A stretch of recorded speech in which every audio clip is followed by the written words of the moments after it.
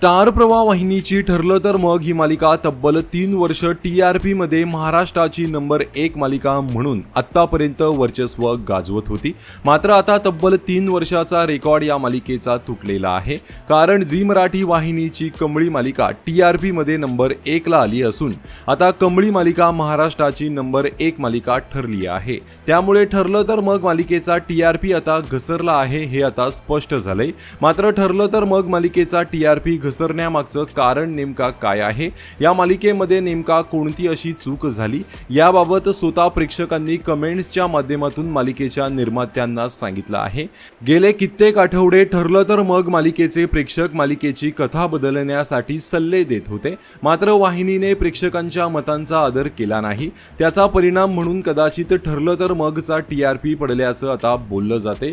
तसेच एक ट्विस्ट या मालिकेमध्ये तब्बल 2-3 वर्ष दाखवलं जातं, ज्यामुळे प्रेक्षक प्रचंड बोर झाले आहेत। मालिकेमध्ये तेच पात्र, तीच कारस्थानं आणि सतत तोच-तोचपणा जास्त आलाय। मालिका जरा फास्ट दाखवावी अशी मागणीही प्रेक्षकांनी केली। मधुभाऊ कोमात गेले होते, ते कोमातून बाहेर आले नाही। प्रिया जेलमध्ये गेली होती, ती जेलमधून बाहेर महिन्याभरातच आली।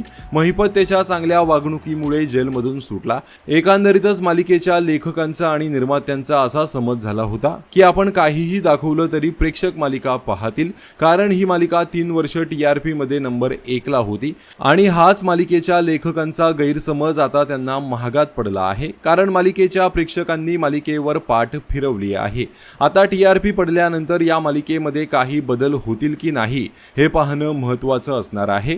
तर ठरलं तर मग मालिकेच्या प्रेक्षकांनी ही मालिका पाहणं का सोडून दिलं असेल असं तुम्हाला वाटतंय, कमेंट करून नक्कीच सांगा। धन्यवाद।